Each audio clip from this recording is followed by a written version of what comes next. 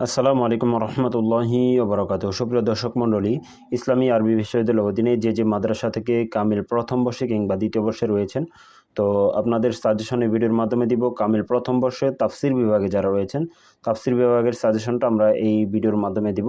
তো সেজন্য চেষ্টা করবেন প্রত্যেকেই সম্পূর্ণ ভিডিওটা দেখার।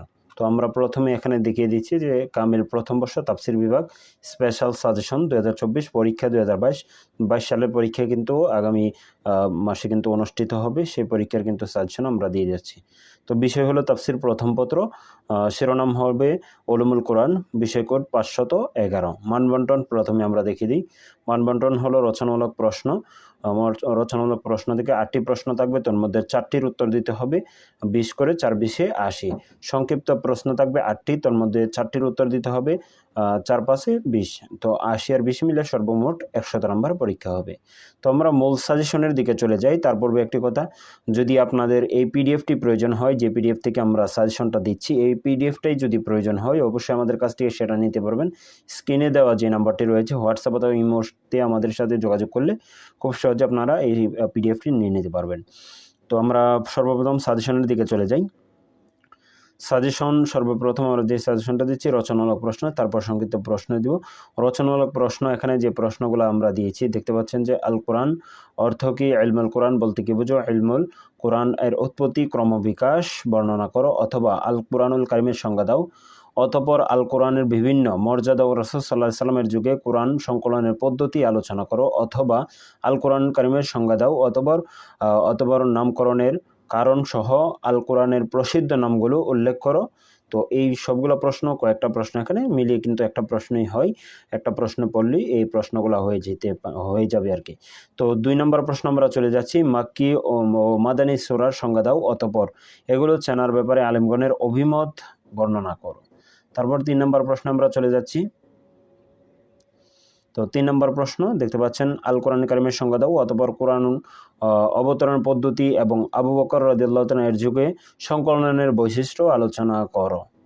তারপরে মিসালের পরিচ্ছেদে আল কোরআনুল কারিমে আমসাল বর্ণনার উপকারিতা সমূহ উল্লেখপূর্বক প্রকারসমূহ বিশদভাবে আলোচনা করো। তারপরে 5 নম্বর হলো মুহকাম ও এখানে মুহকাম হবে, মুহকাম ও মুতাশাবি এর সংজ্ঞা দাও, অতঃপর মুতাশাবি আয়াতের তাফসীরের ক্ষেত্রে আলেমগণের অভিমত বর্ণনা করো।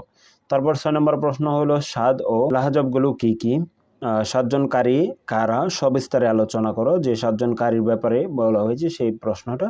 তারপরে আমরা 7 নম্বর প্রশ্ন চলে যাচ্ছি। 7 নম্বর হলো কাসাসুল কোরআন এর সংজ্ঞা দাও, অতঃপর এর প্রকারভেদ সবিস্তারে বর্ণনা করো। তারপর 8 নম্বর প্রশ্ন হলো আল কোরআন ও আধুনিক বিজ্ঞানের আলোকে মানব সৃষ্টির বিভিন্ন স্তর আলোচনা করো। তারপর 9 নম্বর হলো মুআজিজা কি, ইজাজুল কোরআন এর দিকগুলো কি কি সবিস্তারে বর্ণনা করো। 10 নম্বর প্রশ্ন হলো কখন এবং কতবার কোরআন সংকলন করা হয়েছে এবং আল কোরআনের সংকলনের কে কে নেতৃত্ব দিয়েছে, প্রত্যেকবার এর সংকলনের পদ্ধতি লিপিবদ্ধ করো। তো এখানে 10টা প্রশ্ন দেওয়া হয়েছে রচনামূলক প্রশ্ন থেকে। 10টা প্রশ্ন পড়লে আশা করি কমন পড়ে যাবে।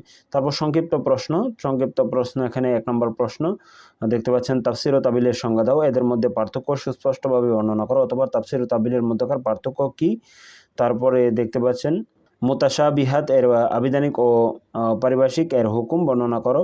আল হরফুল মুকাত্তাআত বলতে কি বুঝো, এর দ্বারা সূরা হয়েছে এবং এগুলো কি কি বর্ণনা করো। তারপরে রয়েছে 4 নম্বর প্রশ্ন হলো আল কোরআন কারিমের তেলাওয়াতের আদব সমূহ লেখো।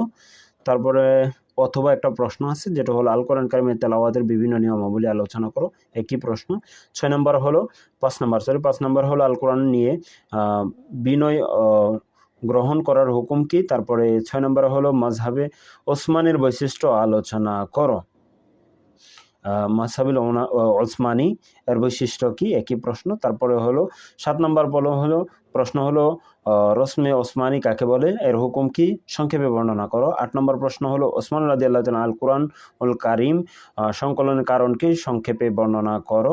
তারপর 9 নম্বর প্রশ্ন হলো আমের সংজ্ঞা দাও, অতঃপর প্রকারসমূহ উল্লেখ করো, প্রকারসমূহ উদাহরণসহ বর্ণনা করো। তারপরে 10 নম্বর হলো আল কোরআন কারিমের সর্বপ্রথম ও অবতীর্ণ আয়াতগুলো আলেমগণের অভিমত আলোচনা করা। আর সর্বপ্রথম নাজিলকৃত অবতীর্ণ যে আয়াতগুলো রয়েছে সেগুলোর অভিমত রয়েছে সেগুলো সম্পর্কে এই প্রশ্নটা। তারপরে 11 নম্বর প্রশ্ন হলো সূরা আল ফাতিহার নাম ও ফজিলত লেখো। তো এখানে সংক্ষিপ্ত প্রশ্ন 11টা এবং রচনামূলক প্রশ্ন দিয়েছি আমরা 10টা। টোটাল যে প্রশ্নগুলো দিয়েছি সবগুলো প্রশ্ন ভালো করে পড়ার চেষ্টা করবেন, তাহলে এখান থেকে কমন পড়ে যাবে। তো এই ছিল আজকের ভিডিও। দেখা হবে পরবর্তী কোনো ভিডিওতে। সে পর্যন্ত ভালো থাকুন, সুস্থ থাকুন। আল্লাহ হাফিজ।